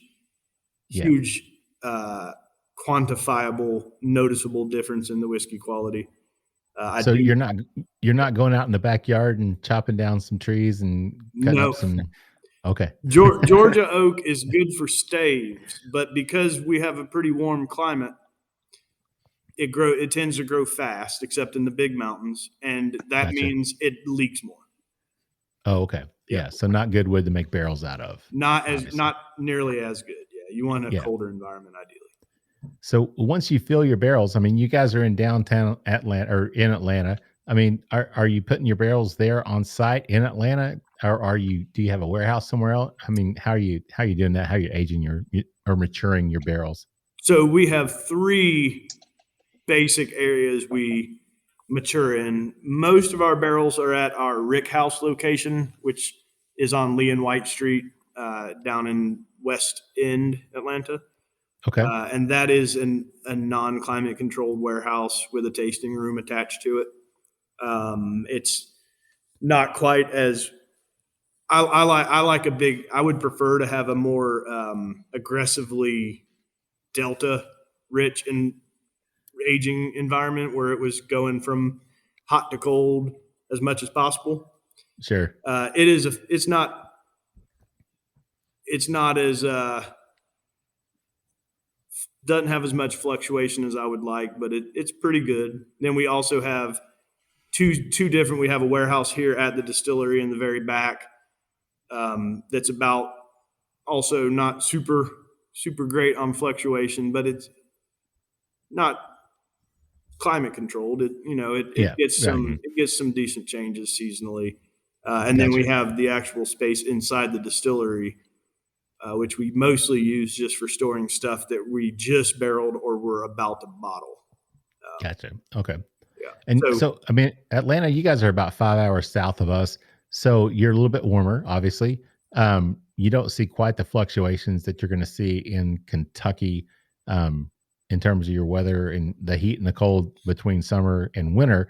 So with your climate there, I mean, you may see those temperatures, but you're not going to see as consistent that change that I think we see in Kentucky. Maybe you do.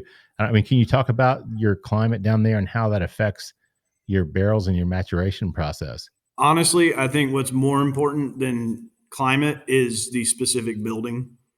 Oh, okay. So I think it's our buildings that I think if we had a rick house, if we had a Kentucky style rick house, I don't think the aging would be that different. Okay. We don't have Kentucky style rick houses at the moment. We have urban warehouses. And so it's the building itself that's really, I guess, slowing down a little bit the wood uptake. To me, the best case scenario is not just seasonal changes, but changes through the day. So I'd prefer a rick house that was hot during the day and cold at night, so that the whiskey is going in and out of the wood constantly on a daily basis. Sure. Right. Yeah. So it's passing through the red layer, and then it's cold now. We're going back into solution, right? That's your biggest. Biggest gain in flavor. Of course, if you do have a real hot rick house, you're evaporating faster, so you're concentrating the wood flavors that have gone into solution more quickly. Right.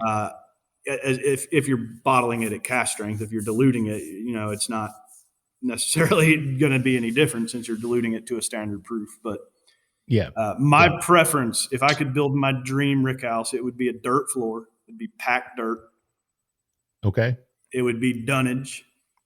It would have fans so I could let it get hot during the day and evacuate that air, switch it out for cooler air at night. I've got plans. So Someone give me $20 million. I was going to say, it's time to go back to the friends and family. That's right. Chad, Yeah. Chad, you want to chime in there? Chad, where we stand on that one, man? They're biding their time. we're working on that. So Matt, let's jump back into the palate on this Duality, this double malt, man. What do you pick up? What do you think on this one? It's another complex one. I gotta say, I've kind of like run the gambit here of like things that I think I've tasted that I want to say, or I think I'm crazy for thinking about. But I'm gonna say that a little bit of what I pick up right on the front is I'm getting like little orange creamsicle. There's like some citrus, and it's got a creamy taste, creamy kind of mouthfeel, and then it lends into that smokiness, definitely, for sure. The smoky roasted kind of chocolate toffee, maybe a little butterscotch and coffee with it as well. But the finish on this, man, it's spicy and smoky out the back. I like that. Yeah, it is. Yeah. That rye really comes through with that nice heat on the finish. It does, man.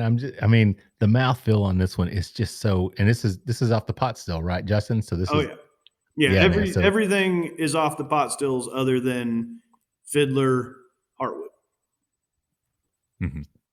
Yeah, Georgia Heartwood. So we've got that. And then Unison is a mixture. Yeah, everything else. Okay. is so we got that nice creamy thick mouthfeel off of this one. Just coats everywhere.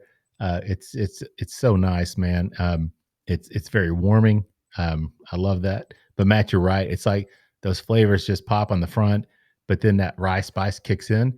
But that smokiness. I mean, it's not like a peaty smoky. It's not that medicinal, yucky type of, from Isla. I mean, you're not getting that Scotchy type of peaty smokiness. I mean, this is like here's what it reminds me of. It's like I was sitting here talking, and it was probably 2 or 3 minutes after I took my first drink, and I just got this faint hint of smoke in my mouth. And it's like the morning, like after you've had a campfire, and you wake up the next morning and you can kind of smell the smoke in your hair, and you kind of got that same smokiness in your mouth. That's kind of the same thing that I'm picking up. It's just this nice lingering light smokiness off of this, man. It's beautiful. I mean, it's really, I mean, this is a very good, again, another very good to outstanding whiskey in my opinion, no doubt about it. Well, thank you. Yeah, you're welcome. Good job, Justin. So let's talk about. Oh, go ahead. I was just going to say this one. So our capacity has just every year we think we're going to be able to go beyond the borders of Georgia with our juice. Every year Georgia basically beats our projections. Yeah, soaks it all up. So this one, the one you're tasting right now, is one of the few that has really escaped the boundaries of our state. It is in Total Wines, pretty much every Total Wine all across the country. Oh, okay.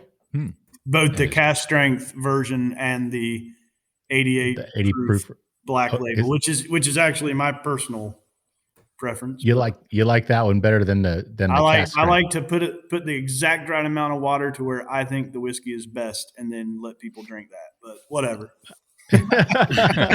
if you guys want to buy this stuff at cast strength, then screw you. No, wait.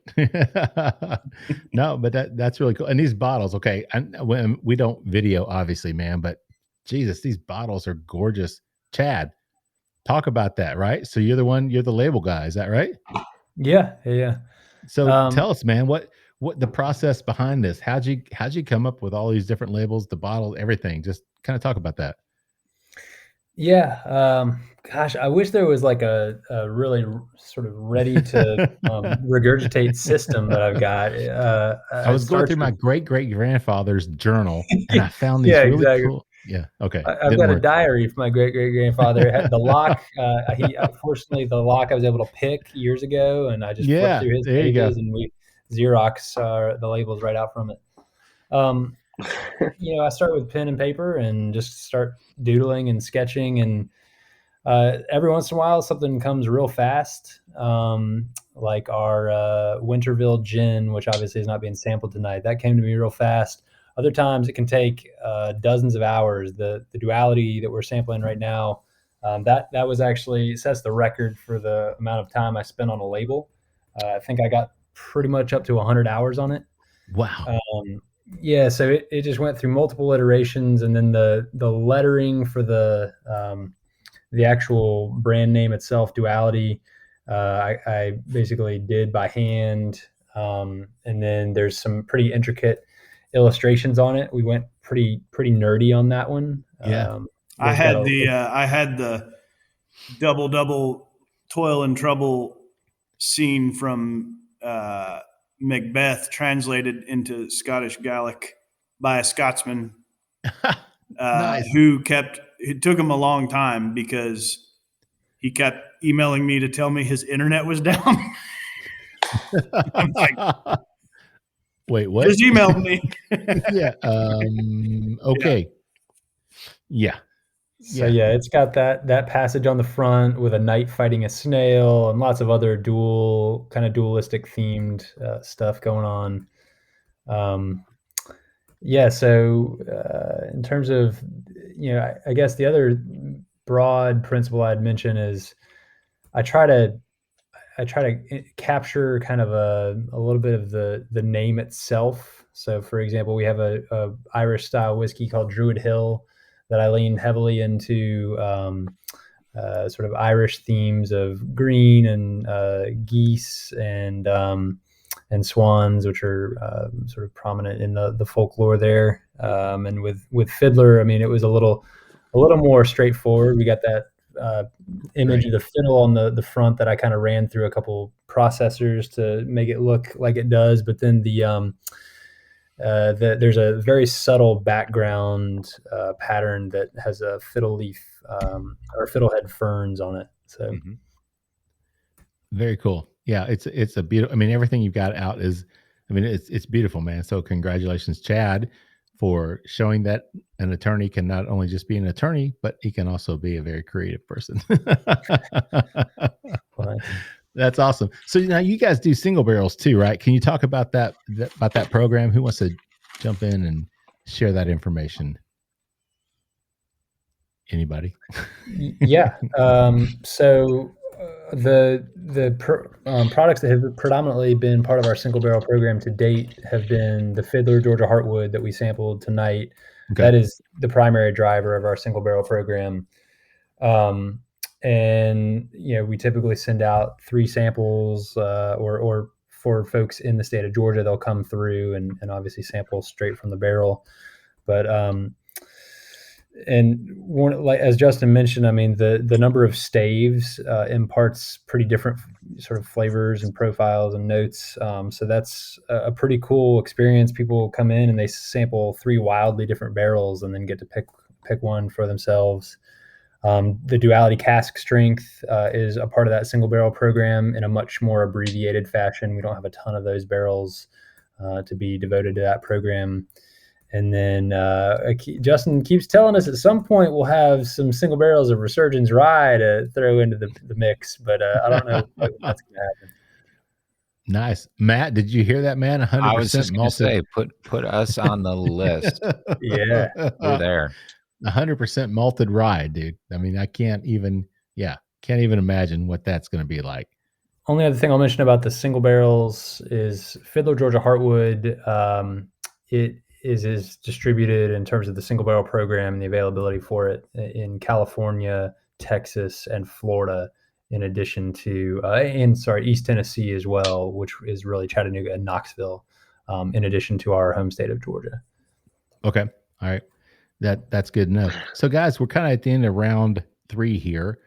So let's talk about the future for the distillery and what does that look like? Can you guys tell us what, for each of you, just kind of tell us what you think in terms of the future for the distillery? Well, yeah, I mean, we're cranking out 10 barrels of whiskey a week and looking forward to, as our stores of whiskey expand into the years where I was making more whiskey, we should be able to get into more states, and Chad's done a great job with that with through various aspects and avenues. And I'm just want to make some more whiskey. And we got lots of, we're always putting out new stuff all the time. Most of it is eaten up by the Atlanta market, but hopefully some of that more wild stuff can get out. Yeah, I hope so, man. I think people need to experience this stuff. I mean, they definitely need to get their hands on some of this and give it a try. Chad, what about you, man? What do you think in terms of the future? Yeah, I mean, we've been kind of hot and heavy getting ready for the Atlanta Braves season. We have a tasting room in our vodka and gin distillery located right next to the stadium there. But we're also we've got a partnership with them this year where we're going to have an Airstream bar inside the actual Truist Park where the Braves play. So that'll be a lot of fun, and I think the Braves get so many out of town visitors as well. I think it'll really help spread the message as we start to expand beyond the borders of Georgia.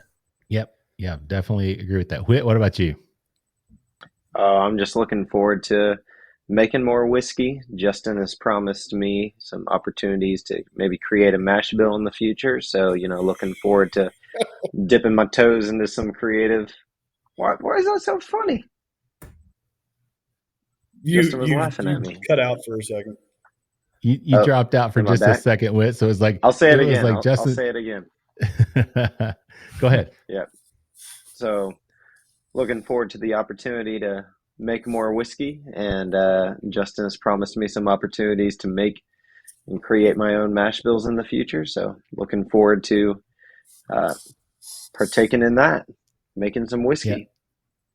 Very nice. The reason we were kind of laughing, Whit, was because you got to the point where you said Justin has kind of promised me, and then your audio, everything cut out like Justin just cut you off. It's like classic. He's like, Justin's like, you'll get nothing and like it. All right. That does sound nice. Guys, tell everybody, where can they find more information about your distillery, and where can they find your products? TikTok. TikTok? That's a lie. Oh, boy. We're not on TikTok. not on TikTok. Oh, man. I'm on TikTok. All right. ASWdistillery.com, ASW Distillery on Instagram, Facebook. We don't really do Twitter anymore. Yeah. That's like a cesspool of shit. I mean, no offense. I mean, I'm just like, good God, Twitter is just a mess, man. So yeah, it really but is. You got a website, right? So we sure do. We sure do. So people can get information. You got a distillery that's open. People can come and visit. Oh yeah. Yeah. We got 3 tasting rooms in Atlanta. You go to the website and you'll be directed to whichever one you want to go to straight away. Awesome. Yep. That sounds great. Final thoughts, Matt, on the Duality. What do you think? Absolutely. Yeah. I'm really, really enjoying it. It's so complex, but just a really great profile to it. Great mouthfeel. There's no doubt in my mind that when I'm down in Chattanooga in a few weeks, I am going to be scouring all the shelves of every liquor store there.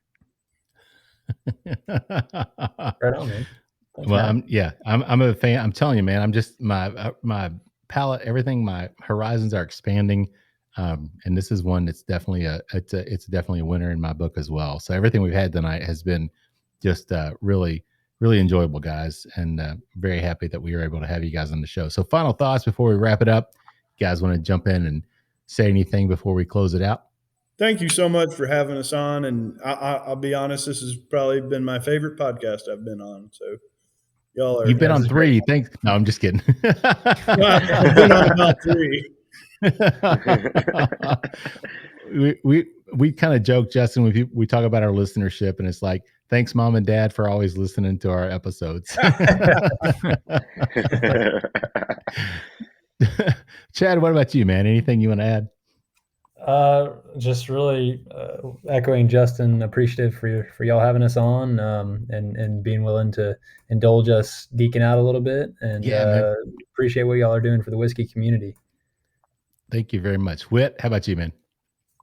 Hey, I appreciate everything you guys are doing, helping us get out there, spreading the good word, and everyone just be curious, try new whiskeys, try new things, and, enjoy good people around you. Yep. Very well said. Appreciate that. Matt, before we close it out, man, final thoughts on you. I think to echo what Whit was just saying, I really like that you guys have taken the curiosity in the industry and actually run with it. I think maybe some people have these ideas in their head, but they're not able, they just don't have the gall to go through and actually distill it and put it in a bottle and put it out in front of us. So thanks for that. You can definitely see the passion that goes into all of it, from not just the distillate and what you're putting in the bottle, but the labels on there, Chad, and everything that you all are doing. So it definitely shines through in the product. I think a lot of it could be lost. So getting to hear you all tell your story on this on the show tonight has been really good. It shows the amount of care and the attention to detail that goes into every step along the way for you all. Yeah, man. I agree with that 100%, man. So you guys obviously very passionate about what you do, and very dedicated to what you do. And I appreciate that very much. Taking the risk, doing some things. Chad, obviously for you, as an attorney, I mean, again, I admire the fact that you chose to do what you did. Justin, bucking the trends, doing your thing. Very, very respectful of that. And you've done some great things here, man. So people need to be familiar with it. People need to hear about it. People need to taste it. And Whit also, man. Where's he? He's looking around. we lost Whit, but no, man. I mean, I appreciate you being with us too, man. And I'm looking forward to seeing what you're able to put together as well, man. So sounds like you're doing a great job. Sounds like you got a great palate as well. So that's really cool. And I'm just thrilled to have you guys. I'm glad you guys geeked out some with us tonight. That's been a lot of fun for me, just to really hear and get beyond just the standard just questions and talking about, oh, this bourbon tastes like this or this whiskey tastes like that. It's really nice to kind of go a little bit deeper and get to know you guys personally, but also get to know what drives you guys. So appreciate that very much. Awesome. With that said, I'm going to thank all of our sponsors. I'm also going to thank everybody that's listening, wherever you are, whatever time of day it is, night, morning, whenever, on your way to work, on your way home from work. We appreciate all your support. Appreciate all you do for us. We do appreciate all of our sponsors as well, everything that they do for us. And if you have any questions, please feel free to reach out to us. You can find us on Instagram. You can find us on Facebook. We've got our private Facebook group, the Bourbon Lifers. Feel free to join that as well. The administrator, which is me, if you answer my questions, I'll let you into the group and you can be part of the fold. But feel free to reach out again, thebourbonlife@gmail.com. Send us your questions, comments, whatever. We'd love to hear from you. If you get a chance, write us a review on your favorite podcasting platform. With that said, I'm going to wrap it up. Send us home with our tagline, which is, may your glasses always be full and may you keep on living the bourbon life. Thank you for joining us for this week's episode of the Bourbon Life Podcast. Our mission at the Bourbon Life is simple: to share our passion for all things bourbon with you every week. And we'd really love to hear your thoughts on how we're doing.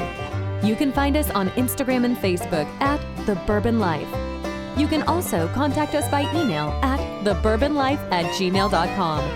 And you can always find us on your favorite podcast platform. If you have a moment, we'd love it if you would rate us and give us a review. So until next week, we hope your glass is always full and that you keep on living the bourbon life.